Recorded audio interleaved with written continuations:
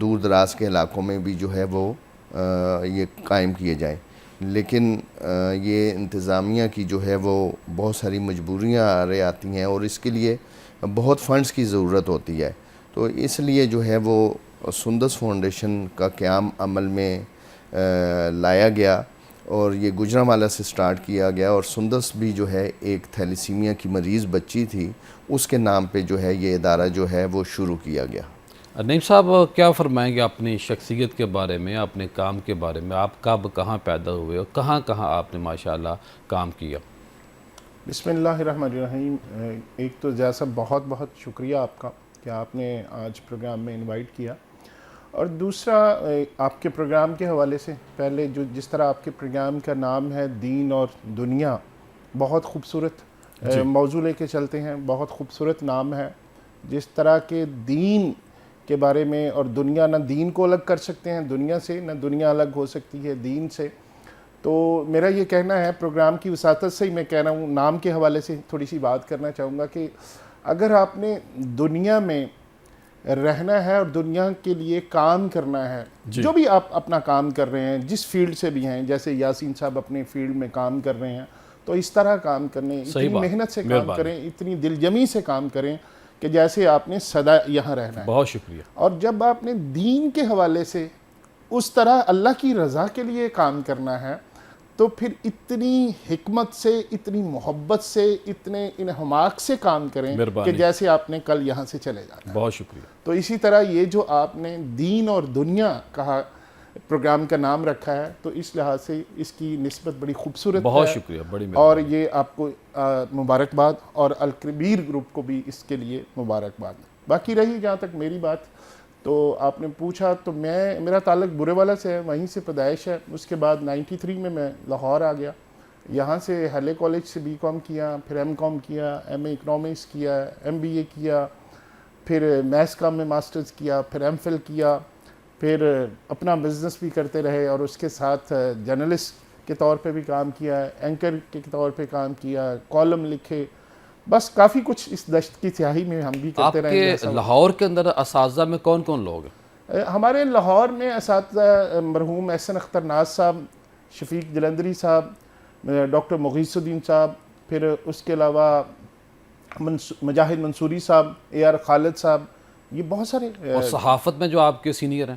صحافت میں ہمارے بہت سے سینئر ہیں, جیسے ہمارے ایم فل کے سینئر تھے نصر اللہ ملک صاحب, پھر احد سیما صاحب جو بیوروکریٹ ہیں وہ ہمارے سینئر تھے. اسی طرح ہمارے کلاس میں عمر شیما جیو پہ ہوتے ہیں, کاظم خان, امتران شاہد, ہماری یہ ساری ٹیم تھی جو ہمارے کلاس میٹس تھے. شبیر سرور ابھی ٹیچر ہیں وہاں پہ. اسی طرح یہ بہت اچھی. جن اداروں میں آپ نے کام کیا ان میں کوئی بڑے نام؟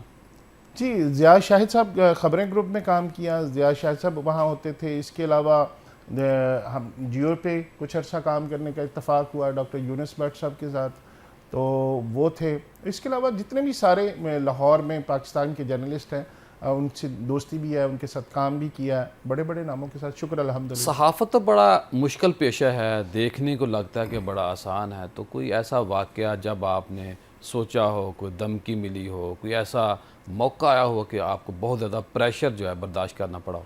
اچھا, نقش بندی صاحب ایک بڑی مزے کی آپ کو بات بتاؤں کہ یہ کہا جاتا ہے کہ مشکل ہے, لیکن میرے خیال میں کہ اتنا اگر آپ ڈٹرمنٹ اور ٹھیک اپنی ذمہ داریاں ادا کر رہے ہیں, اور آپ اس قوانین کے تحت, قواعد و ضوابط کے تحت آپ اپنا کام کر رہے ہیں, تو میں نہیں سمجھتا کہ آپ کو مشکل پیش آتی ہے. مشکل پیش اس وقت آتی ہے جب آپ ان جو صحافی ذمہ داریاں ہیں اس سے ہٹ کر کسی ایک لائن کو ٹو کرنا شروع کر دیتے ہیں, کسی ایک ایجنڈے پہ کام کرنا شروع کر دیتے ہیں, تو پھر آپ کو مشکلات بھی آتی ہیں, پھر پرابلمز بھی ہوتی ہیں.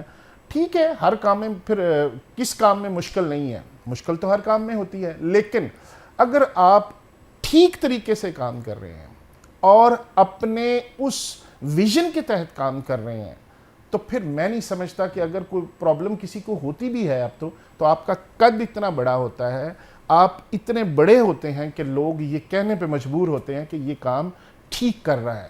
اور جب آپ ٹھیک کام کر رہے ہیں تو پھر آپ کو بہت لمبے عرصے تک کوئی پرابلم نہیں ہو سکتی. صحیح. خواتین حضرات، پروگرام کا سلسلہ جاری ہے. ملتے ہیں مختصر بریک کے بعد. بریک کے بعد خوش آمدید خواتین حضرات. رمضان الکبیر ٹرانسمیشن جاری ہے اور آپ کے ساتھ ہم موجود ہیں اذان فجر تک. آپ نوافل بھی پڑھیں، قرآن پاک بھی پڑھیں اور ان خواتین کی حوصلہ افزائی کریں، ان کے ساتھ لگ دیں، ان کے ساتھ جت جائیں، ان کے ساتھ آپ بھی کمر کسیں، کیونکہ اگر آپ ان کی ہیلپ کریں گے تو یہ بھی ثواب ہے. یہ بھی میرے نبی کی سنت ہے. گھر میں کام کرنا کوئی عیب نہیں، مردوں کو بھی کام کرنا چاہیے. اور ہمارے جو مہمان ہیں، جو شخصیات بیٹھی ہوئی ہیں ماشاءاللہ، انہوں نے بھی محنت کی ہے. محنت کرنا ایک بڑا اچھا عمل ہے، اور جو بندہ بڑا بننا چاہتا ہے وہ بڑی محنت کرے گا، زیادہ محنت کرے گا تو آگے بڑھے گا. یاسین صاحب، کئی دفعہ مشکلات آئی ہوں گی. آج تو ماشاءاللہ ایک بہت بڑا ایک درخت بن چکا ہے، ایک ادارہ بن چکا ہے. تو کوئی ایسے لمحات جب آپ ہیلپ کرنا چاہ رہے ہوں لیکن فنڈ پاس نہ ہو، کوئی ایسا موقع، بچے آ رہے ہیں خون لگوانے کے لیے لیکن خون کی بوتلوں کی کمی ہے، کوئی ایسے واقعات ہم سے شیئر کریں؟ میں یہ بتانا چاہتا ہوں کہ یہ جو سندس فاؤنڈیشن کا کام ہے وہ رب تعالیٰ کی ذات کا کام ہے. جو رب تعالیٰ کی ذات کا کام ہوتا ہے وہ رب ہی آسان اس کو بناتا ہے. اس میں کوئی شک نہیں ہے کہ مشکلات آئیں لیکن ہمیں پتہ بھی نہیں چلا اور میرے رب نے وہ مشکلات حل کر دی. میں بتاتا چلوں کہ آج سے تقریباً 15 سال پہلے رمضان المبارک کا مہینہ آنے والا تھا، اور کیونکہ رمضان میں بلڈ کیمپس ہوتے نہیں، بلڈ کیمپس کے لیے جو ہے شروع میں بلڈ بیگز کی ضرورت ہوتی ہے. تو ابھی کچھ دن باقی تھے، یعنی 15-20 دن باقی تھے، اور ہم نے بلڈ کیمپس لگانے تھے تاکہ رمضان میں جو ہے پیشنٹس کو بلڈ ٹرانسفیوژن ہو سکے. تو ہمارے پاس نہ سکریننگ کٹس کے لیے پیسے تھے، نہ بلڈ بیگز کے لیے تھے، تو بہت مشکل تھی. لیکن اللہ سے دعا کی اور اللہ نے ایک ایسے صاحب کو بھیجا کہ جو اپنے حلیے سے نہیں لگتے تھے کہ یہ ادارے کی مدد کریں گے. اچھا. تو انہوں نے آ کر پوچھا کہ آپ کو جو ہے وہ کس چیز کی ضرورت ہے، میں اپنی زکوٰۃ، خیرات یا ڈونیشن دینا چاہتا ہوں. تو میں نے اس کی طرف دیکھا، جس طرح میں نے پہلے بیان کیا کہ حلیے سے نہیں لگتے تھے، تو میں نے انہیں بتایا کہ ہمیں جو ہے اتنے بلڈ بیگز کی ضرورت ہے اور اسکریننگ کی ضرورت ہے. اچھا، میں بتاتا چلوں کہ اس سے پہلے میں ضلعی انتظامیہ سے اس سلسلے میں مل چکا تھا. انہوں نے وعدہ تو کیا لیکن وہ وفا نہیں ہوا. سرکاری وعدہ تھا. جی، لیکن رب تعالیٰ کی ذات کا شکر ہے کہ ہم پریشان تھے، اور لیکن ایک ذات تو اوپر تھی نا جس کا یہ کام تھا. تو انہوں نے ان صاحب کو رب تعالیٰ کی ذات نے بھیجا اور انہوں نے ہمیں پورے ماہ کے جو ہے بلڈ بیگز اور سکریننگ کٹس خرید دی. تو اس طرح کے مسائل جو ہے وہ آج بھی آتے ہیں، لیکن جس طرح کہ میں نے پہلے بیان کیا کہ یہ رب کے کام ہے، اور رب جو ہے اپنے کاموں میں جو ہے وہ مدد فرماتا ہے. اور آج جو ہے سندس فاؤنڈیشن جو بھی ہے، کتنے شہروں میں ہے اس وقت اس کا نیٹ ورک، اور آگے کیا پروجیکٹ ہیں، کیا منصوبے ہیں؟ کوئی اگر آپ کی ہیلپ کرنا چاہتا ہے، اس ادارے کے ساتھ کھڑا ہونا چاہتا ہے، کوئی فنڈ دینا چاہتا ہے، تو کیا طریقہ کار اختیار کرے؟ جس طرح آپ نے پوچھا، سندس فاؤنڈیشن کے اس وقت جو ہے پاکستان میں 12 شہروں میں جو ہے سینٹرز قائم ہیں اور کام کر رہے ہیں. اس نیٹ ورک کو ہم نے بڑھانا بھی ہے، اور اس کے لیے جو ہے میری لوگوں سے درخواست ہے کہ وہ سندس فاؤنڈیشن کی جو ہے وہ مالی امداد بھی کریں، اپنی زکوٰۃ، خیرات، عطیار اور صدقات بھی دیں، اور ان بچوں کے لیے تھیلیسیمیا اور ہیموفیلیا کے مریض بچوں کے لیے خون کے عطیات بھی دیں. لیکن یہاں پہ میں آپ کے توسط سے یہ کہنا چاہتا ہوں کہ خاص طور پر شعبان میں اور رمضان میں ایسے ادارے جو ہے وہ آ جاتے ہیں جن کا کوئی وجود نہیں ہوتا. وہ اپنی تشہیر کرتے ہیں اور لوگوں کے پاس جاتے ہیں. تو میری لوگوں سے اپیل یہ ہے کہ ایسے اداروں کا جو ہے وہ خیال رکھیں اور دیکھ بھال کر دیں اپنی ڈونیشن، اپنی زکوٰۃ، خیرات. وہ چاہے سندس فاؤنڈیشن کو دے رہے ہوں تو سندس فاؤنڈیشن بھی آ کر دیکھیں. سارا سال کسی وقت بھی آپ آ سکتے ہیں، رمضان میں بھی آ سکتے ہیں، لیکن خدا را ایسے لوگوں کو اور ایسے اداروں کو اپنی زکوٰۃ اور خیرات کئی لوگ فیک آ جاتے ہیں. جی، اور میں ہر رمضان میں یہ ہر چینل پہ یہ کہتا ہوں کہ وہ اپنی زکوٰۃ اور خیرات دیتے ہوئے مستحق لوگوں کو اور مستحق اداروں کو جو ہے وہ زکوٰۃ دیں. اس طرح کے جو لوگ ہوتے ہیں یا اس طرح کے جو ادارے ہوتے ہیں وہ سندس فاؤنڈیشن جیسے کام کرنے والے اداروں کے لیے بھی جو ہے رکاوٹ یاسر بنتے صاحب، ہیں. منو بھائی ایک پہچان بن گیا سندس فاؤنڈیشن کے ساتھ. انہوں نے بہت زیادہ کام کیا، کیا آج ان کے بارے میں آپ فرمائیں گے؟ میں بتاتا چلوں کہ سندس فاؤنڈیشن اور منو بھائی جو ہے دونوں لازم و ملزوم تھے، دونوں ہیں اور دونوں ہمیشہ رہیں گے. آج بھی اگر آپ سندس فاؤنڈیشن جو ہے وہ تشریف لائیں تو ان کا جو کمرہ جس میں وہ روزانہ بیٹھتے تھے، روزانہ جو ہے وہ سندس فاؤنڈیشن کے امور بھی انجام دیتے تھے اور اپنا کالم بھی وہاں پر لکھتے تھے. آج بھی وہ کمرہ جو ہے اس پہ تختی جو ہے وہ منو بھائی کی لگی ہوئی ہے. اور سندس فاؤنڈیشن نے بھی اپنا کوئی نیا جو ہے بورڈ ممبرز نے چیئرمین نہیں بنایا. جہاں منو بھائی کی لگی ہوئی تھی وہاں پہ ویسی کی ویسی ہم کئی دفعہ دیکھ چکے ہیں. تو منو بھائی نے جو ہے ان مریضوں کے لیے جو ہے وہ بہت کام کیا. منو بھائی نے خاص طور پہ خواتین اور بچوں کے لیے بہت کیا. اور یاسر صاحب، آخر میں یہ بتائیے کہ کوئی بندہ ہیلپ کرنا چاہے تو وہ کیسے کرے؟ ہماری مدد جو ہے وہ جو آپ کی اسکرین پہ جو ہے وہ اکاؤنٹ نمبر آ رہا ہے اس کے ذریعے بھی کر سکتے ہیں. ہمیں فون کال کر کے بھی جو ہے وہ ہمارے نمائندے کو بلا سکتے ہیں. اور میری تو ریکویسٹ ہے کہ آپ خود آئیں، ہمارا کام دیکھیں اور وہاں پر اپنی ڈونیشن، زکوٰۃ اور خیرات دیں. نعیم ثاقب صاحب، آپ نے بڑے آج کل انٹرویوز کا سلسلہ شروع کیا ہوا ہے. کوئی بڑا انٹرویو کس وقت زیادہ آپ کو جو ٹف ٹائم دیا ہو کسی شخصیت نے، کسی کو بلانے پہ پچھتاوا ہو، کسی پہ بہت زیادہ خوش ہوئے ہوں، اور ایک بڑی شخصیت کو اپروچ کرنے کے لیے آپ یوٹیوب پہ، ریلز پہ، سوشل میڈیا چھائے ہوئے ہیں، کیا فرمائیں گے؟ جی ضیاء صاحب، جو ہے پروگرام کے حوالے سے یا انٹرویو کے حوالے سے آپ نے جو بات پوچھی تھی، میں سمجھتا ہوں کہ آپ اگر کوئی بھی کام کرنا ہے، آپ کی پرسیپشن بہتر ہونی چاہیے، آپ کی کمٹمنٹ ہونی چاہیے، آپ ڈیڈیکیٹڈ ہیں، تو میرا نہیں خیال کہ آپ کسی کو بھی بلانا چاہیں. اگر آپ کی وائبس پازیٹیو آ رہی ہیں، آپ کی، چونکہ جس گیسٹ نے بھی آنا ہوتا ہے پہلے اس نے آپ کا پروگرام دیکھنا ہوتا ہے، چاہے وہ یوٹیوب پہ ہے، چاہے سوشل میڈیا پہ ہے، تو آپ وہ دیکھتا ہے. کیونکہ لوگ زیادہ تر یہ کرتے ہیں آج کل کے دور میں کہ لوگ آ کے کوئی اس طرح کی کنٹروورشل بات پوچھتے ہیں جس سے وہ وائرل ہو سکیں، جس سے نیگیٹو باتیں.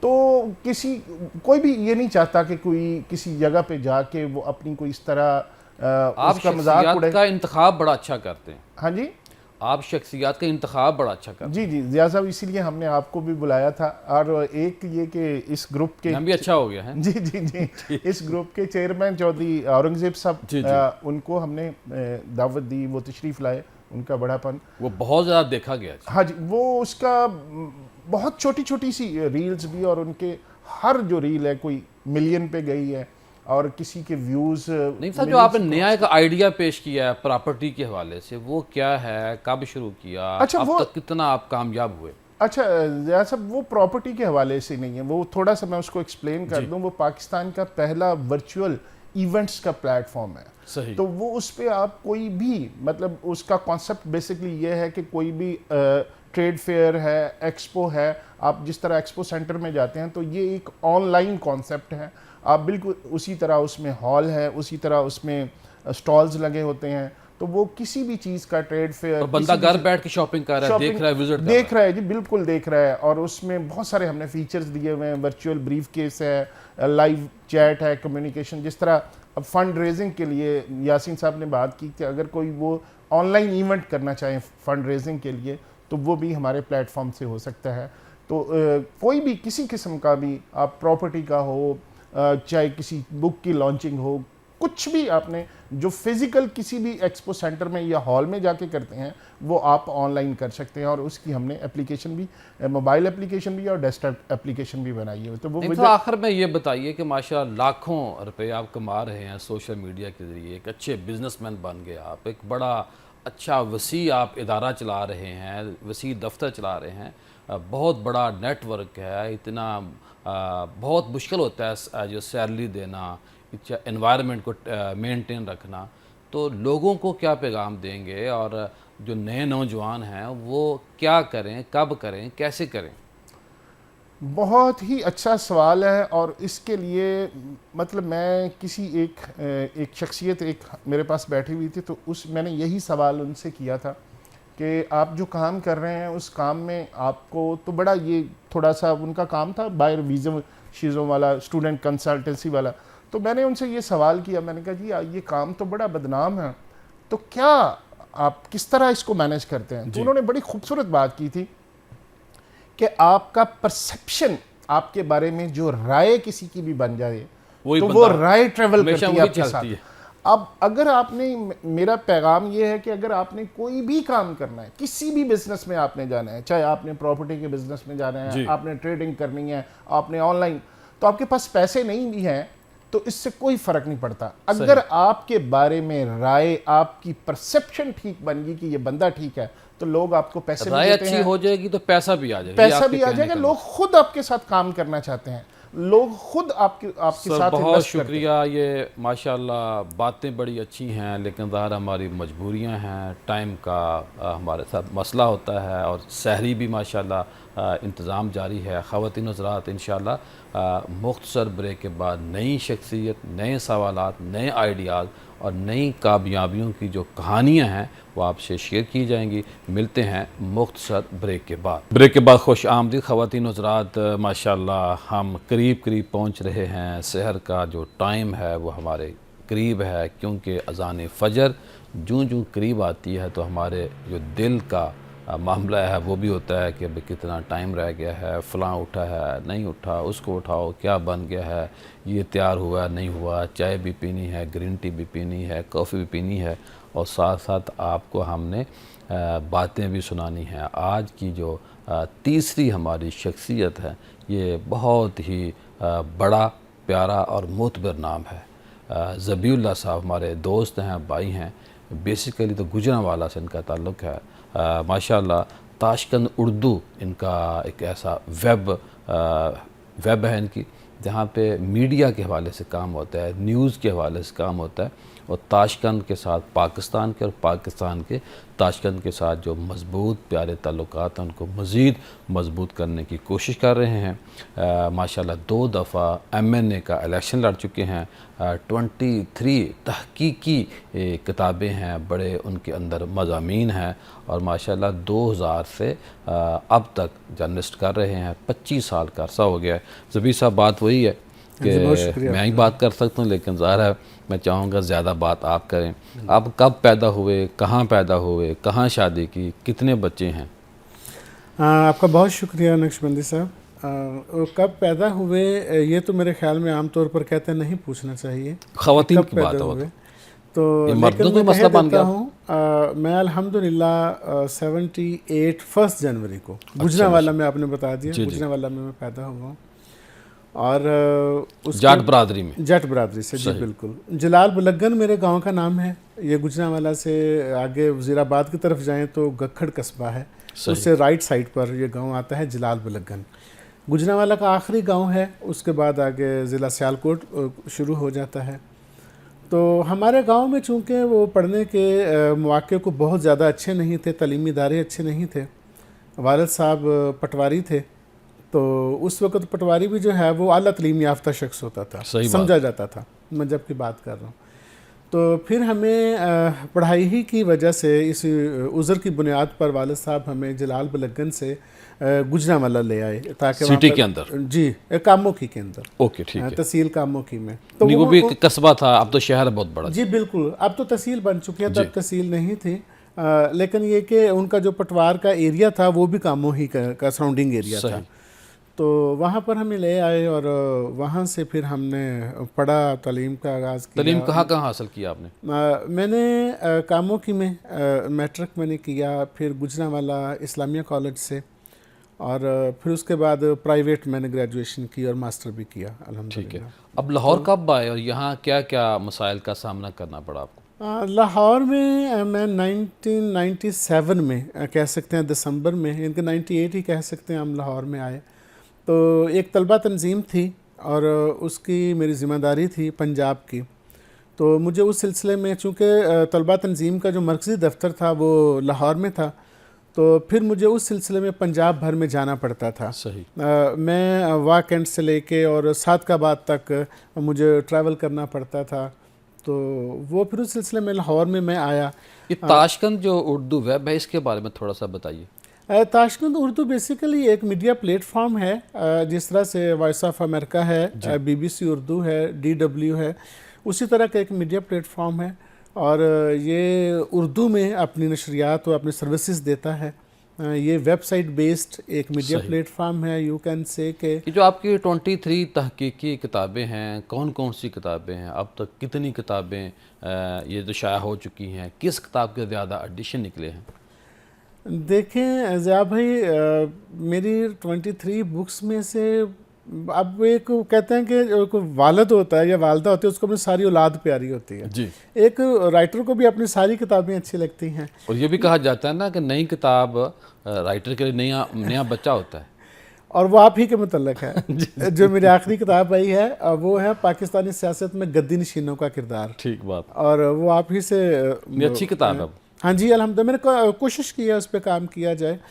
بیسیکلی ضیاء بھائی تحقیق میرا جو ہے وہ ایک ہابی ہے، ریسرچ کرنا. کون سی کتابیں کچھ کے نام بتا دیں آپ.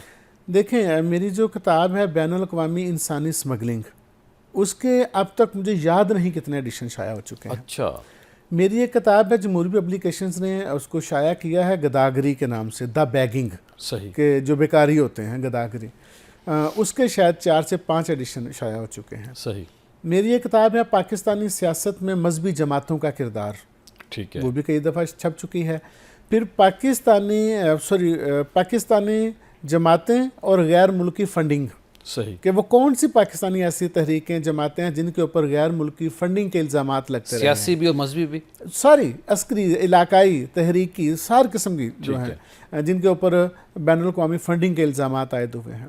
بلکہ اس کتاب کی وجہ سے میں کئی دفعہ زد میں بھی آیا ہوں. اچھا. اور مجھے مشکلات کا سامنا کرنا پڑا. اب یہ بتائیے کہ اتنا ماشاءاللہ آپ کا بزنس ہے، آپ میڈیکل کی فیلڈ میں کام کر، وہ کیا کام ہے، کیسے کام ہے، اور کچھ لوگوں کو موٹیویٹ کریں، خاص طور بچوں کو آپ سے دیکھ کے سبق حاصل کریں کہ لاکھوں روپیہ کمانا بڑا مشکل ہوتا ہے، آپ کما رہے ہیں ماشاءاللہ.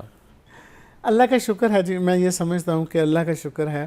اور بس میں جب بچوں کی بات کی نا، موٹیویشن کی، میں ضیاء صاحب یہ کہوں گا کہ انسان کو، یا ایک جو انرجیٹک انسان ہے، اس کو اس کی زبان پر، اس کے مائنڈ میں یہ بات نہیں ہونی چاہیے کہ یہ مجھ سے نہیں ہوگا.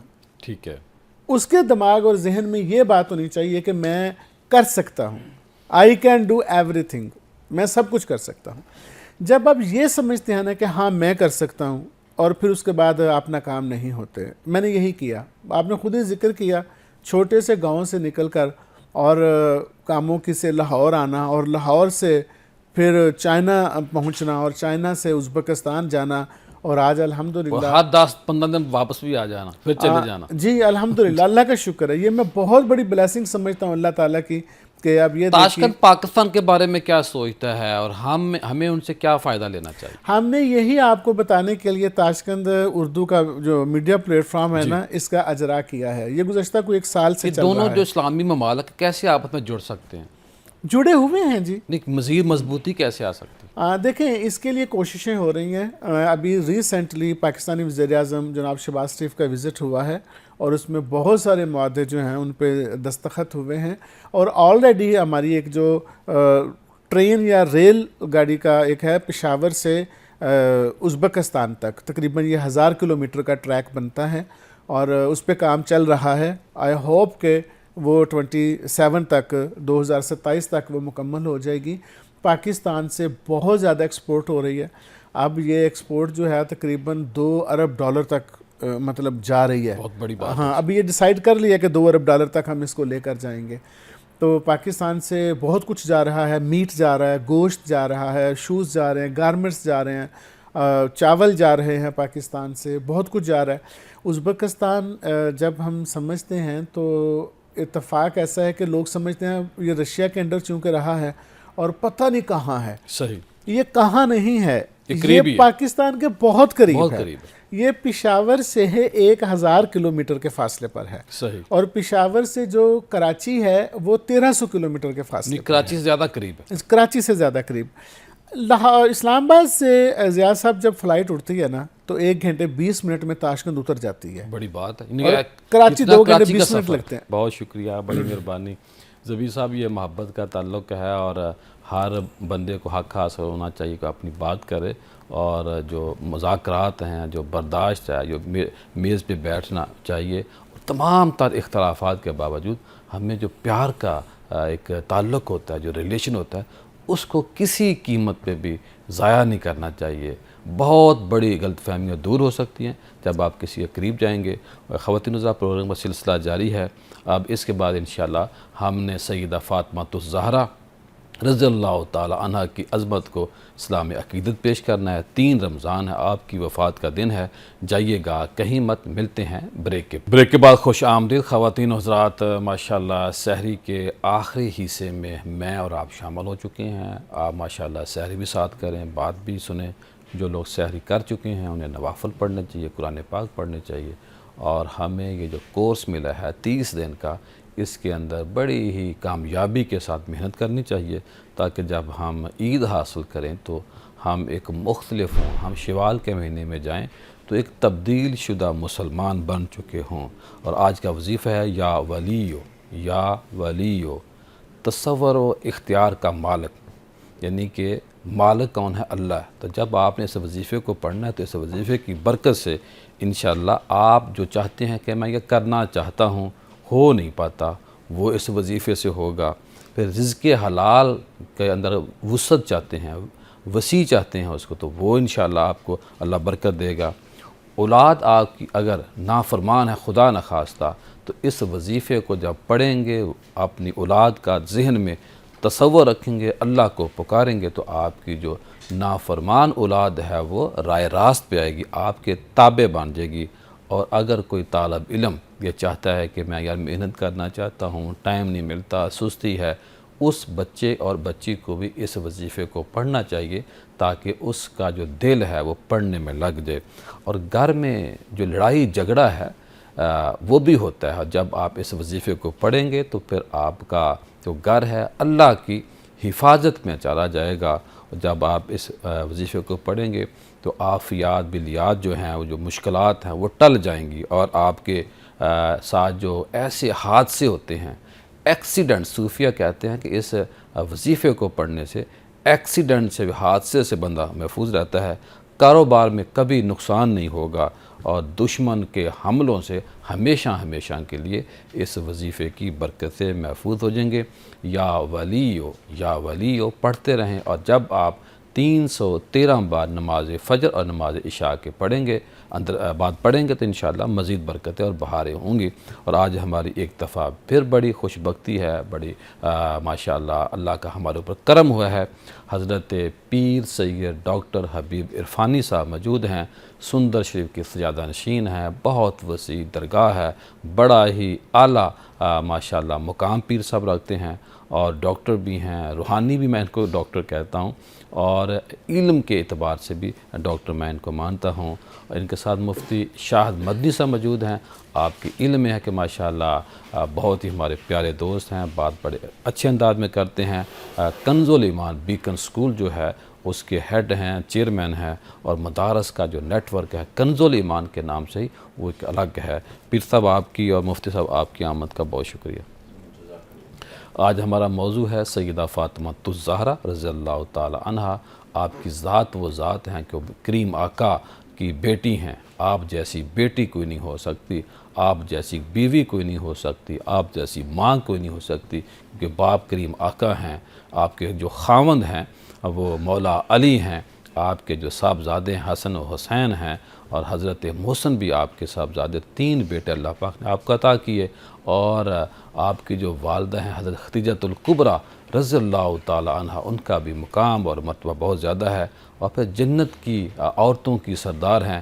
میں اکثر کہا کرتا ہوں کہ بیٹیوں کو اپنی جگہ پہ بٹھانا میرے نبی کی سنت ہے، بیٹیوں کی پیشانی چومنا یہ میرے نبی کی سنت ہے، بیٹیوں کو عزت دینا میرے نبی کی سنت ہے۔ جی پیر صاحب، سیدہ فاطمہ الزہرا رضی اللہ تعالیٰ عنہ آج ہمارا موضوع ہے، آپ کے علم میں ہے، آپ کے مقام اور مرتبہ کے بارے میں آپ کیا فرمائیں گے؟ دیکھیے، سیدہ کائنات سیدہ خاتون جنت سلام اللہ علیہا، حضرت مریم کے بارے میں اقبال نے تقابل کیا ہے دونوں کا۔ ایک شعر انہوں نے کہا ہے جی کہ مریم از یک نسبت عیسیٰ عزیز، اللہ اکبر، از سہ نسبت حضرت زہرا عزیز، کہ حضرت مریم سلام اللہ علیہا کا جو مقام و مرتبہ ہے اس کائنات میں وہ ایک نسبت ہے ہائے ہائے، واہ حضرت عیسیٰ علیہ السلام کی۔ واہ واہ، سبحان اللہ، سیدہ خاتون جنت سلام اللہ علیہا کی 3 نسبتیں ہیں۔ سبحان اللہ، سبحان اللہ، یہ اس ذات مقدسہ کی دختر ہیں جو اس کائنات کی سب سے عظیم ہائے ہستی ہائے، وجہ تخلیق وجہ کائنات، تخلیق کائنات ہیں، جو جن کے ہر شے جن کی اس کائنات میں مکمل ترین ہے۔ بے شک، زوج ہیں تو ان کی جنہیں نبی کریم صلی اللہ علیہ وآلہ وبارک وسلم نے کامل ایمان قرار دیا۔ صحیح، ماں ہیں تو ان کی جو نوجوانان جنت کے سردار ہیں۔ اللہ اکبر، یہ 3 نسبتیں حضرت خاتون جنت سلام اللہ علیہا۔ پھر یہ بھی ہے کہ نبی کریم صلی اللہ علیہ وآلہ وبارک وسلم نے جو ان کو نسبتیں عطا فرمائی ہیں، بدعۃ منی، جی جی جی جی، یعنی یہ اس سے بڑی اور بات کوئی کہ میرے جگر کا ٹکڑا ہے، ہائے ہائے، اور پھر اللہ تعالیٰ کی جس نے بارگاہ اس میں کو یہ تکلیف دی اس نے مجھے تکلیف دی، کہ بار الہا یہ میرے جگر کا ٹکڑا ہے، جو اسے تکلیف پہنچائے، جو اس سے ناراض کرے تو اس سے ناراض، اللہ اکبر، جو اس سے راضی ہو تو اس سے راضی۔ ہائے ہائے، واہ واہ، سبحان اللہ، پھر قیامت عظمت تک کے لیے دعا دے دی، پھر عظمت سیدہ کائنات یہ ہے کہ وہ ذات عالی مقام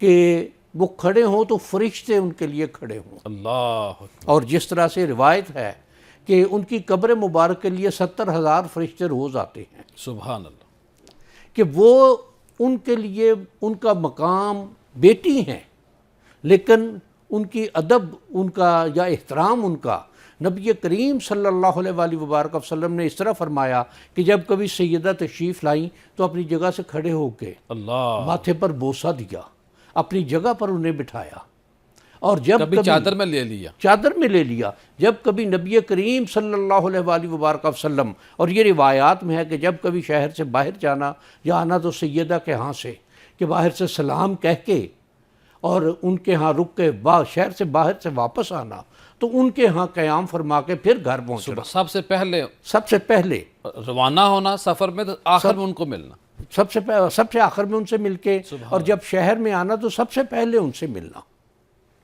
اور اپنی جگہ اگر سیدہ تشریف لائیں تو جس مقام پر نبی کریم صلی اللہ علیہ وآلہ وبارک وسلم تشریف فرما ہوتے تھے اپنی جگہ پر ان کو بٹھانا، اللہ، اسی طرح سیدہ کا مقام رہا۔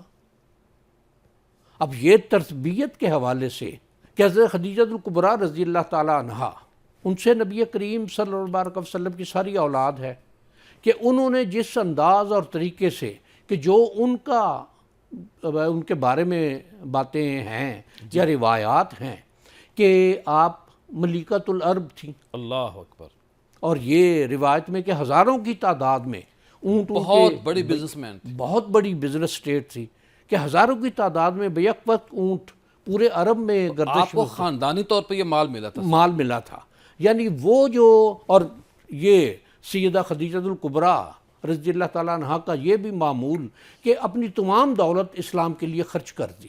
صحیح، یہ بات سیدہ خاتون جنت میں بھی رہی کہ ایک واقعے میں ایک یہودی آ گیا، کھانا کھانے لگی تھی تو اس نے 2 دن کا فاقہ تھا، جی، اس نے کیا، پاس کچھ نہیں تھا، اپنی چادر مبارک دے دی کہ یہ یہودی کو دے کے اس کو اناج دلوا دو۔ اللہ، یہ سخاوت جو سیدہ خدیجۃ الکبریٰ رضی اللہ تعالیٰ عنہ سے تھی وہ ان میں بھی آپ نے روزہ رکھا ہوا تو مانگنے والا آ گیا، اس کو دے دیا۔ کچھ جو کچھ پاس تھا وہ سارا اٹھا کے اسے دے دیا۔ یہ جو سخاوت کی بات یا عظمت کی بات یا آپ کے اوصاف کی بات ہے، یہ یقیناً نبی کریم صلی اللہ علیہ وآلہ وبارک وسلم کی تربیت سیدہ خدیجۃ الکبریٰ رضی اللہ تعالیٰ عنہ کی، گو بہت زیادہ وقت نہیں ملا تربیت کا، لیکن انہوں نے جس انداز اور طریقے سے تربیت فرمائی سیدہ سلام اللہ علیہا کی، تو وہ ان کی زندگی کے ہر گوشے میں، ہر ساتھ میں، ہر رنگ میں وہ نظر آتا ہے۔ اصل میں پیر صاحب یہ ہماری جو بچیاں ہیں، جو بیٹیاں ہیں، ان کے لیے بھی سبق ہے نا۔ سیدہ فاطمہ تو زہرا رضی اللہ تعالیٰ عنہ کے بارے میں آتا ہے کہ جو بدبخت کافر تھے، کریم آقا نماز پڑھ رہے تھے، سجدے میں گئے تو اجڑی جو اون کی تھی، جو کیا لفظ بولوں کہ جس کو ہم نپاک کہتے ہیں، جو جب جانور ذبح کرتے ہیں، تو انہوں نے کریم آقا کے اوپر پھینک دی، اور سیدہ فاطمہ آگے بڑھتی ہیں اور اپنے نرم و نازک، اور ابھی آپ کی اس وقت شادی بھی نہیں ہوئی تھی، عمر بھی بہت کم تھی، تو آپ رو رہی ہیں، اور ساتھ آپ نے ابا جان کے جسم پاک سے وہ جو میں کیا کہوں، وہ تو میں ایک چھوٹی سی بات گزارش کروں گا، بہت تنگ کیا گیا، اور یہ ہماری بیٹیوں بہنوں کے سبق ہم ہے۔ نے اسلامی لٹریچر کو اپنے بچوں سے دور کر دیا جی بالکل یا بچوں کو اس سے دور کر دیا۔ ٹھیک بات ہے، یہ چیزیں ہمیں اپنی بچیوں کو خاص طور پر صحیح یہ ان کو تعلیم دینی چاہیے۔ پروگرام کا سلسلہ جاری ہے، ملتے ہیں مختصر بریک کے بعد۔ خوش آمدید خواتین و حضرات، حضرت فاطمہ الزہرا رضی اللہ تعالی عنہا کی عظمت کو ہم سلام عقیدت پیش کر رہے ہیں اور اپنی قسمت کو جگانے کی کوشش کر رہے ہیں، کیونکہ جب ہم ان بڑی ہستیوں کا ذکر کرتے ہیں تو پھر ہم اپنے نصیب جگا رہے ہوتے ہیں۔ مفتی شاہد مدنی صاحب سے ہم پوچھیں گے کہ آپ ہمیں بتائیں کہ سیدہ فاطمہ کا بچپن کیسا تھا، کریم آقا نے آپ کی تربیت کیسی کی تھی، آپ بیٹی کیسی تھی، ماں کیسی تھی، بیگم کیسی تھی، کیا فرمائیں گے آپ؟ بسم اللہ الرحمن الرحیم۔ پیر ضیاء الحق نقشبندی صاحب، آج 3 رمضان المبارک اور منگل کا دن ہے جی، اور یہ ہماری سعادت ہے کہ سیدہ پاک کا جو وصال کا دن تھا وہ بھی منگل اور 3 رمضان تھا۔ اللہ تو آج ہم بعین ہی اسی دن میں ان کا ذکر خیر کر کے ماشاءاللہ اپنے مقدر کو جگا رہے ہیں۔ سیدہ طیبہ طاہرہ فاطمہ الزہرا رضی اللہ تعالی عنہ نبی علیہ السلام کی پیاری بیٹی ہیں، جن کو جگر کا ٹکڑا کہا ہے، اور جنہوں نے نبی علیہ السلام کی گود سے تربیت لی ہے، جنہوں نے سیدہ کائنات ملکۃ العرب خدیجۃ الکبریٰ رضی اللہ تعالیٰ عنہ کی اولاد ہو کر تربیت پائی ہے۔ اللہ، اب آپ اندازہ لگائیں پھر ان کا بچپن کیسا ہوگا۔ وہ پھولوں جیسی ہیں، اور بلکہ آپ کو زہرا لقب ہی اس وجہ سے دیا گیا ہے کہ آپ رضی اللہ تعالیٰ عنہ کے جسم اطہر سے خوشبو آیا کرتی تھی، سبحان اللہ، اور نبی پاک صلی اللہ علیہ وسلم آپ باقاعدہ آپ سونگا کرتے تھے اور اس کو انجوائے کیا کرتے تھے، اور یہ اس کا مطلب یہ تھا کہ یہ جنت کی خوشبو سیدہ فاطمہ کے جسم اطہر سے آتی ہے۔ اب خون مصطفیٰ ہے نا، اس لیے اللہ اکبر، اللہ اکبر۔ آپ صلی اللہ تعالیٰ علیہ وسلم کی شہزادی ہیں۔ مفتی صاحب، اگر کوئی غلامی کرنے کا حق ادا کرے تو اس کے جسم سے خوشبو آتی ہے، وہ تو ڈائریکٹ آپ کا خون ہے۔ یہ تو وہ منفذ اور وہ سونگنے کی حس چاہیے نا، کہ جس سے آج ہم جس ماحول میں بات کر رہے ہیں، ہم بلیو کریں کہ ہم اس بات کو اپنے لفظوں پہ نہیں لا سکتے کہ جو ہم سیدہ طیبہ کے ذکر خیر سے برکتیں حاصل کر رہے ہیں اور خوشبوئیں لے رہے ہیں۔ آپ رضی اللہ تعالی عنہ اپنی جسامت کے اعتبار سے بھی از پاؤں تا سر آپ نبی پاک صلی اللہ تعالی علیہ وسلم کے مشابہ تھی۔ سبحان، آپ کا چلنے کا انداز جو ہے، سیدہ طیبہ طاہرہ فاطمہ الزہرا کے بارے میں اما عائشہ صدیقہ فرماتی ہیں کہ ہم ازواج النبی بیٹھی ہوتی اور سامنے سے سیدہ فاطمہ جب آتی تو ان کے چلنے کا انداز ہم سب سمجھتی کہ یہ نبی علیہ السلام کا طریقہ کار والا ہے۔ اللہ، آپ کے بیٹھنے کا انداز، آپ کی گفتگو کا انداز، یعنی آج دنیا میں آپ سب ہمارے بچے کسی نہ کسی کو کاپی کر رہے ہوتے ہیں، اللہ، جو اس کی ذہن میں آئیڈیل ہوتا ہے۔ سیدہ طیبہ طاہرہ کو اللہ تعالیٰ نے جسامت کے اعتبار سے بھی نبی علیہ السلام کی کاپی بنایا ہے، اور جہاں اختیار کی بات ہے، سیدہ نے اپنے ہر آئیڈیلزم کو نبی علیہ السلام کے تابع کر دیا ہے۔ بے شک، آپ کا گفتگو، آپ کی بات، آپ کا انداز، آپ کا ایثار، آپ کی محبت، آپ کا اپنے بچوں کی آگے تربیت کرنا۔ اب ذرا اندازہ لگائیے کہ آپ کی جب شادی جناب سیدنا علی المرتضیٰ رضی اللہ تعالیٰ عنہ سے ہوتی ہے. تو ایک وقت میں نبی علیہ الصلوۃ والسلام تشریف لاتے ہیں اور حضرت علی المرتضیٰ رضی اللہ تعالیٰ عنہ سے الگ آپ ملاقات کرتے ہیں اور سیدہ فاطمہ الزہرا سے الگ بات کرتے ہیں. اللہ اکبر. اب اس موقع پہ میں ان تمام اپنے بزرگوں کو جو اپنی بچیوں کی اپنے سسرال میں تربیت کرنا چاہتے ہیں ان کو رک کے یہ گزارش کرنا چاہوں گا، سیکھیے اپنی بچیوں کے گھروں کو آباد کیسے کیا جا سکتا ہے. اللہ. آپ سیدہ کائنات کے پاس آئے اور آپ نے پوچھا کہ اے سیدہ بتائیے بیٹی کہ آپ کا شوہر کیسا ہے. اللہ اکبر. اللہ اکبر. آج والی بچیاں اس سوال حالانکہ کا اللہ کے جواب نبی خود جانتے تھے کیسے ہیں. حالانکہ آپ سب جانتے ہیں. اللہ اکبر. حالانکہ آپ نے حضرت علی کو بھی بچوں کی طرح پالا ہے. بے شک. حضرت علی کی تربیت بھی خود کی ہے، حضرت فاطمہ کی تربیت بھی خود کی ہے. اور قربان جاؤں سیدہ نے آگے سے کوئی شکوہ شکایت کی بجائے آپ فرماتی ہیں حضور وہ تو ہے ہی علی ہے، اللہ. وہ تو کمال کا شوہر ہے. اور حضرت علی کے پاس سرکار تشریف لے جاتے ہیں اور فرمایا میری بیٹی کیسی ہے. کہا حضور وہ تو آپ کے جگر کا ٹکڑا ہے. اللہ. اور پھر آپ وصیت کیا فرماتے ہیں؟ فرمایا علی وہ میرے جگر کا ٹکڑا ہے، جو اس نے ان سے محبت کی اس نے اپنے رب کو راضی کر لیا ہے. تو حضرت سیدہ طیبہ طاہرہ رضی اللہ تعالیٰ عنہ بیگم اور بیوی ہونے کے رشتے میں آپ اپنے شوہر کا احترام بھی کرتی ہیں، آپ اپنے شوہر کے لیے پورا لحاظ اور خیال کرتی ہیں. آپ اور حضرت علی رضی اللہ تعالیٰ عنہ اپنی ازواجی زندگی میں حضرت فاطمہ الزہرا رضی اللہ تعالیٰ عنہ کے معید اور معاون بنتے ہیں. اور ایک موقع ایسا بھی آتا ہے، آپ آج کی بچیوں کو میں اسپیشلی طور پہ آج سیدہ فاطمہ الزہرا کے سیرت سے سیکھنا ہمیں ضروری ہوگا کہ آج جس ماحول میں ہم گزر رہے ہیں بچیوں کو ہمیشہ اپنے سسرال والے گھر سے شکایات ہی شکایات رہتی ہیں، جس کی خیر وجہ بتاتی سے نہیں ہیں، جس کی وجہ سے جھگڑے طلاق تک نوبتیں آتی ہیں. آئیے سیدہ فاطمہ الزہرا کے انداز دیکھیں. آج آپ خواتین میری بہنیں بچیاں آپ کیا کام کر لیتی ہیں، کتنا کا کام کرتی ہیں.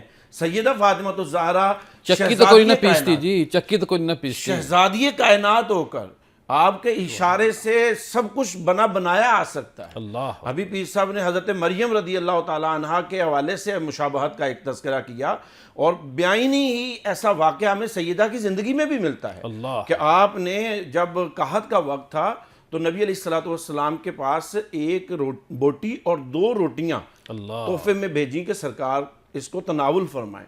جب آپ نے دیکھا سیدہ نے بھیجی ہیں تو نبی علیہ السلام نے ایسے ہی اس روٹی کے برتن کو اٹھا کے سیدہ کے پاس لے آئے اور جب کھولا تو اس میں ایک بوٹی نہیں، وہ بوٹیوں سے بھرا ہوا اور روٹیوں سے بھرا ہوا دسترخوان. اللہ.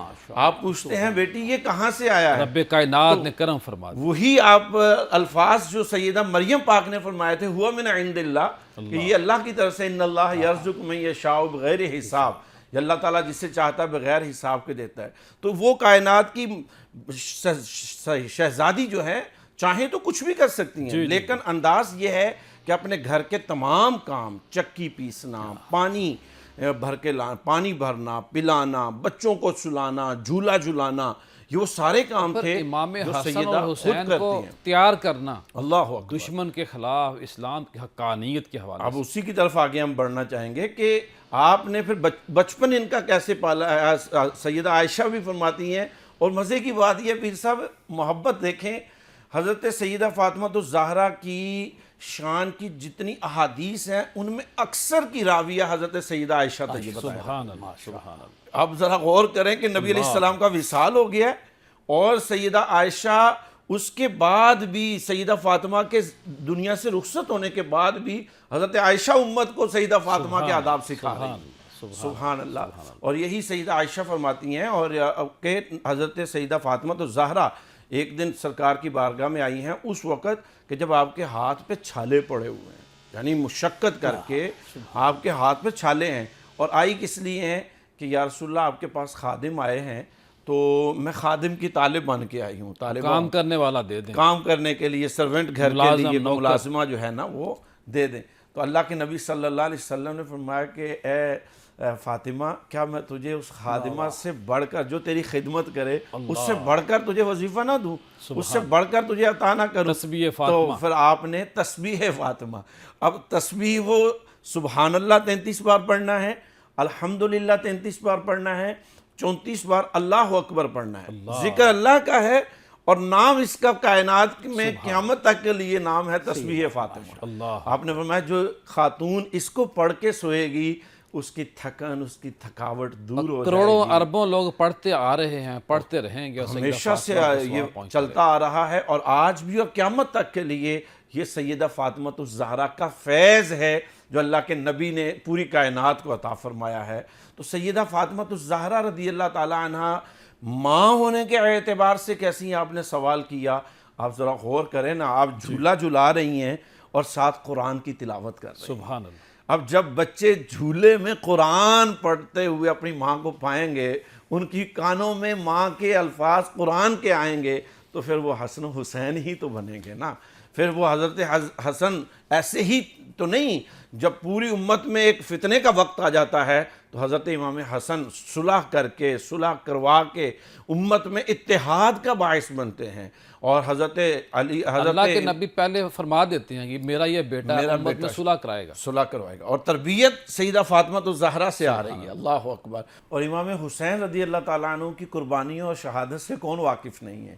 اب ذرا آپ تو عالم اور پیر صاحبان، ہم عوام سے بھی گزارش کریں گے کہ حضرت امام حسین کی شہادت خود نبی رحمت صلی اللہ علیہ وسلم کو بتائی جا چکی تھی، آپ جانتے تھے، آپ کے بدولت سیدہ فاطمہ الزہرا جانتی ہیں کہ یہ میرا حسین شہید ہوگا، لیکن اس کے باوجود ایسے ناز و نعم کے ساتھ اپنے شہزادے کی تربیت کی ہے، پالا ہے، اور اس کی ہمت بندائی ہے، اور یہ ایک سیدہ فاطمہ الزہرا کا ہی فیض ہے کہ جو کربلا میں قربانی کی صورت میں بھی آتا ہے، لیکن دین اسلام کو کہیں آنچ نہیں آنے دی ہے۔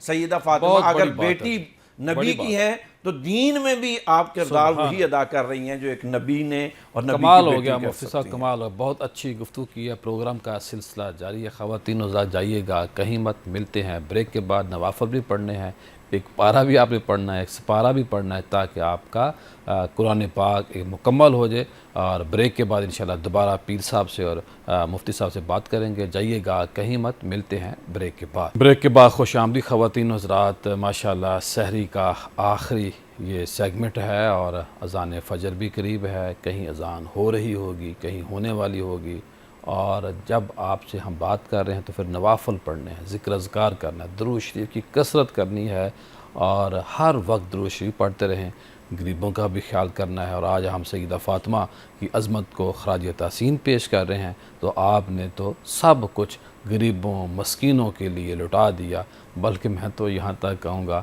کہ آپ نے اپنے جو بیٹے ہیں وہ بھی اس امت کے لیے قربان کیے۔ کیا پیچھے رہ گیا؟ یعنی کہ کہاں تک سیدہ فاطمہ نے قربانی اس امت کے لیے نہیں دی، کیونکہ پیچھے جو تربیت ہے میرے نبی کی ہے، اور میرا نبی سب کچھ یہ کہہ گیا تھا۔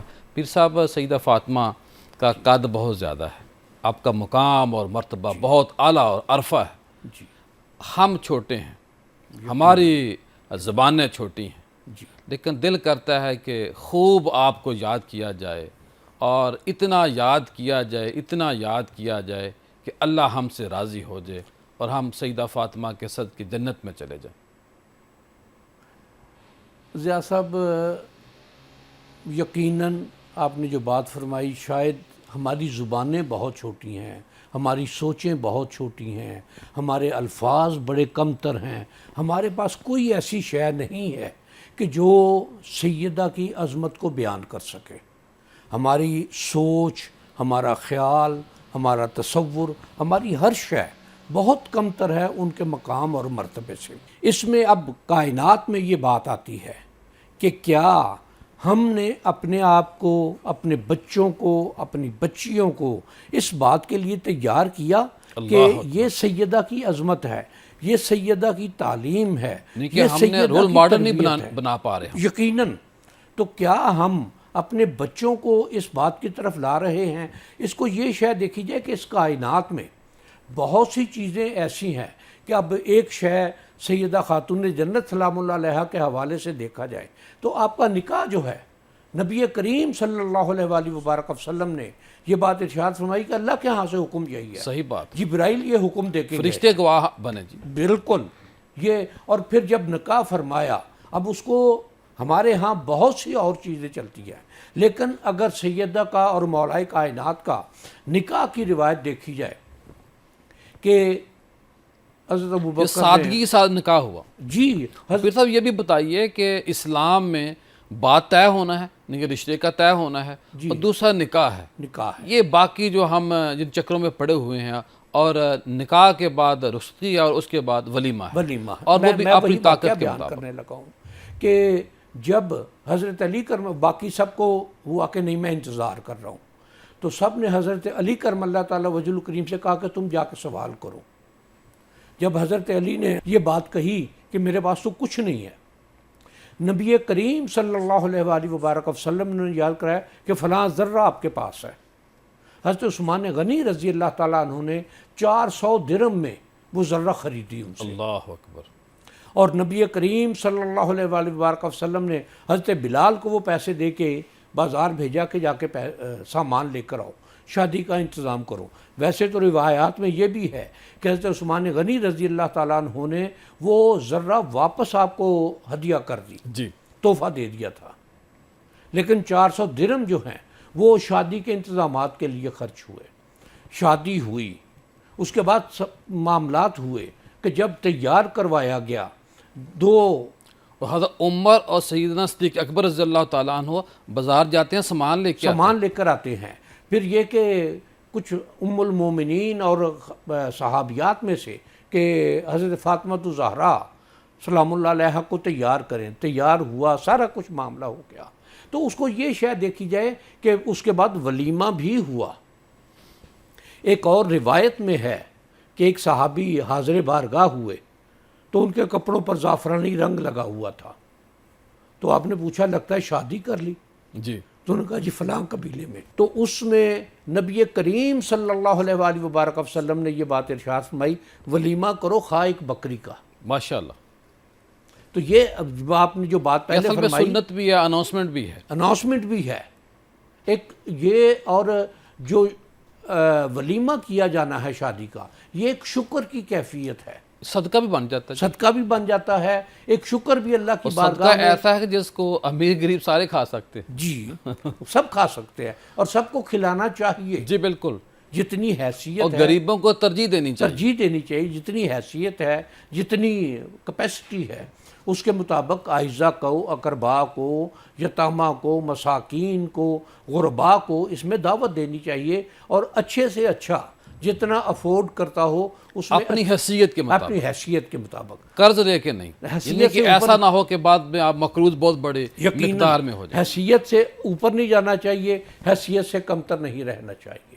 ٹھیک بات. حیثیت سے اوپر جائے جو گا اللہ نے دیا وہ ظاہر ہونا چاہیے. وہ ظاہر ہونا چاہیے کہ میرے اللہ نے مجھے اتنا نوازا ہوا ہے.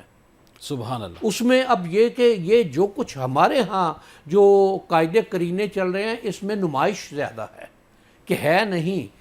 عزیزوں سے، رشتہ داروں سے، احباب سے، دوستوں سے، اور بڑے ایک سے قسم- بڑے مہنگے شادی حال کے اندر ایک قسم کا سوال کیا جاتا ہے، کہ بھئی کہاں آپ اہتمام کریں گے. اہتمام کریں. لیکن یہ ہے کہ یہ ہونا اس طرح چاہیے. زیور کی اور اپنا جہیز کی ڈیمانڈ کی جاتی ہے. ڈیمانڈ کی جاتی ہے، بالکل دونوں طرف یہ معاملات ہے. یہ بھی کی جاتی ہے. ادھر حق مہر اتنا زیادہ. اب حق مہر کے حوالے سے ایک حدیث مبارک میں ہے کہ ایک صحابی حاضر بارگاہ ہوئے، ان کے پاس ایک کپڑا تھا، شادی کے بارے میں فرمایا کہ میرے پاس کچھ نہیں ہے. ارشاد فرمایا کہ قرآن مجید یاد ہے، 2 سورتیں زبانی یاد کروانا، یہ حق مہر مقرر ہوا. اللہ اکبر. پھر یہی بات جو میں ابھی گزارش کر رہا ہوں، اس میں کھجور کی گٹھلی کے برابر سونا، یہ حق مہر مقرر ہوا. سبحان اللہ. اب ہمارے ہاں اب دیکھیں نا خواتین کے حقوق کا کتنا میرے نبی نے خیال رکھا گیا ہے. لیکن ایک بات اور بھی میں یہ وضاحت اگر پسند کریں جی. کہ شرعی حق مہر، شریعت نے حق مہر مقرر نہیں کیا. وہ تو طاقت کے مطابق، یہ حیثیت لڑکے کے کی مطابق. کیپیسٹی کے مطابق. اس سے اتنا بھی نہیں حق مہر لینا چاہیے کہ جو اس کی کیپیسٹی سے زیادہ ہو. جی. اسے اتنا کم بھی نہیں دینا چاہیے کہ جو وہ آسانی سے ادا یہ دو طرفہ معاملات. دو طرفہ معاملہ ہے. اب یہ جو ہمارے ہاں شریعت کا شرعی اتنے، تو یہ تو شاید تاریخی جناب طور پر مفتی دیکھا شاہد جائے تو مدنی صاحب کیا فرمائیں گے آخر میں آپ؟ پیسو اس حوالے سے آج کے اس مبارک دن میں فوکس کرنا چاہوں گا اس بات پہ کہ سیدہ کائنات رضی اللہ تعالی عنہا کو میری بیٹی، میری خواتین جو ہیں ہمارے گھروں کی، یہ کیسے آئیڈیل بنائیں. دیکھیں سب سے بڑا سوال یہ ہے اور سب سے بڑا پرابلم یہ ہے جی، تو آج کے دور کے اندر جہاں مادی دور ہے وہاں ذرا اندازہ لگائیں کہ ہماری بچیوں کو رول ماڈل کس کو، کیا ایکٹریس کو بنانا چاہیے یا کس کو بنانا چاہیے. میں سمجھتا ہوں کہ جس امت کے پاس سیدہ فاطمہ الزہرا موجود ہیں، اللہ اکبر، تو سیدہ فاطمہ کے علاوہ رول ماڈل کون بن سکتا ہے؟ صحیح بات. جب نبی پاک صلی اللہ تعالیٰ علیہ وسلم کے وصال کا وقت آتا ہے تو آپ کے پاس سیدہ فاطمہ الزہرا موجود ہوتی ہیں اور آپ ان کے ساتھ کچھ سرگوشی کرتے ہیں، جس کے بعد سیدہ فاطمہ الزہرا رونا شروع ہو جاتی ہیں. نبی علیہ السلام سے سیدہ فاطمہ کا رونا برداشت نہیں ہے. اللہ اکبر. آپ نے پھر سیدہ کو اپنے قریب کیا اور دوبارہ سرگوشی کی، اور سیدہ فاطمہ پھر مسکرا پڑی. ایک ہی مجلس میں رو بھی رہی ہیں اور پھر دوسری مسکرا رہی ہیں. سیدہ عائشہ طیبہ طاہرہ فرماتی ہیں کہ جب نبی علیہ السلام سے سیدہ فاطمہ الگ ہوئیں تو میں نے پوچھا کہ اے فاطمہ تجھے نبی علیہ السلام نے کیا کہا جس میں تو نے ایک ہی محفل میں دونوں رنگ ظاہر کیے، پہلے روئی پھر ہنسی. پہلے روئی پھر ہنسی. تو آپ نے فرمایا یہ میرا اور میرے نبی کا راز ہے جو میں فاش نہیں کروں گی. اللہ اکبر. سیدہ عائشہ فرماتی ہیں میں خاموش ہو گئی، اور جب نبی علیہ السلام کا کچھ دن بعد وصال ہوا تو پھر میں، اماں عائشہ فرماتی ہیں، میں سیدہ فاطمہ کے پاس گئی اور کہا اے فاطمہ جو میرا تجھ پر حق ہے، اللہ، میں ام المومنین ہوں، میں تیری ماں ہوں، میں ماں کا جو میرا تجھ پر حق ہے، میں اس کی قسم دے کے پوچھتی ہوں بتا ذرا وہ اس دن کیا معاملہ ہوا تھا. اللہ. تو اماں عائشہ کے کہنے پہ سیدہ فاطمہ الزہرا نے کہا کہ میرے پیارے آقا کریم صلی اللہ علیہ وسلم نے مجھے بتایا کہ اے فاطمہ ہر رمضان جبرائیل امین ایک بار مجھ سے دور کیا کرتے تھے، اس بار 2 مرتبہ دور کیا ہے. اس کا مطلب یہ ہے رمضان کہ شریف کے شاید اندر، رمضان المبارک میں، کہ میں اب میرا جانے کا وقت ہوا چاہتا ہے. تو سیدہ فاطمہ سے صبر نہ ہوا اور ماں اپنے بیٹی ہے، باپ کے ان الفاظ سے سمجھ گئیں تو اس بات پہ غمزدہ ہو کے رونا شروع کر دی. کہا پھر مسکرائیں کس بات پہ؟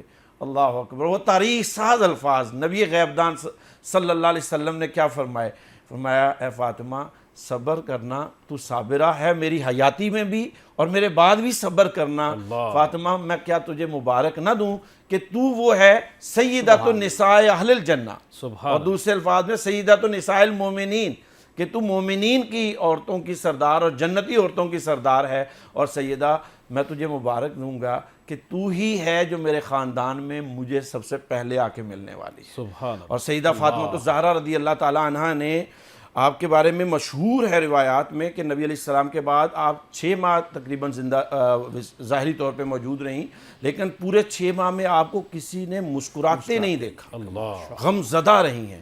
ایک دفعہ آپ کو مسکراتے دیکھا گیا کہ ایک حبشہ سے خاتون آتی ہیں اور وہ کہتی ہیں کہ اے سیدہ پاک میں نے حبشہ کے اندر دیکھا کہ جب کوئی عورت فوت ہوتی ہے تو ان کے لیے ایک خاص گیٹ اپ کا جو ہے نا ماحول بنا کر ان کی میت کو لے جایا جاتا ہے جس سے پردہ کا اہتمام ہوتا ہے. آپ نے پھر یہ نہیں کہا اچھا کیسے، فرمایا ذرا بنا کے مجھے دکھائیے. تو آپ وہ چارپائی کے اوپر کھجوروں کی ٹہنیوں سے بنا کر باقاعدہ پردے کی چادر تان کر دکھایا تو اس پہ سیدہ مسکرا پڑی اور پھر وصیت کی کہ میرا جنازہ جو ہے رات کے وقت میں اور وہ بھی اس طرح پردے کے اندر لے کے جایا جائے.